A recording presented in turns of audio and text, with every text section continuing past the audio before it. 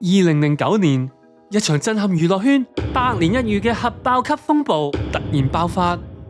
香港の人気歌手の男女が日本警方接報指東京涉谷一間大賣場有人盜竊，警員到場搜身，意外搜出違禁品，而當中其中一人正正就係衛蘭嘅孖生妹妹衛詩。到場調查嘅警員喺關楚耀嘅隨身物品度搜出大麻。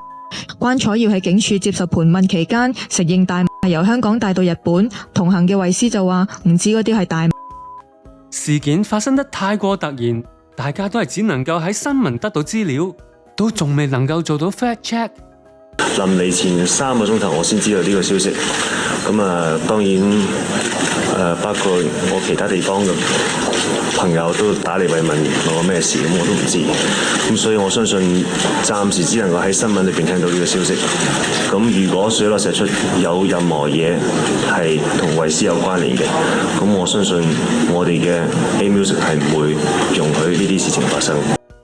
香港傳媒全天候追訪衛蘭，佢只能夠匿喺屋企。當諗起被困喺拘留所嘅妹妹嘅時候，佢乜都做唔到。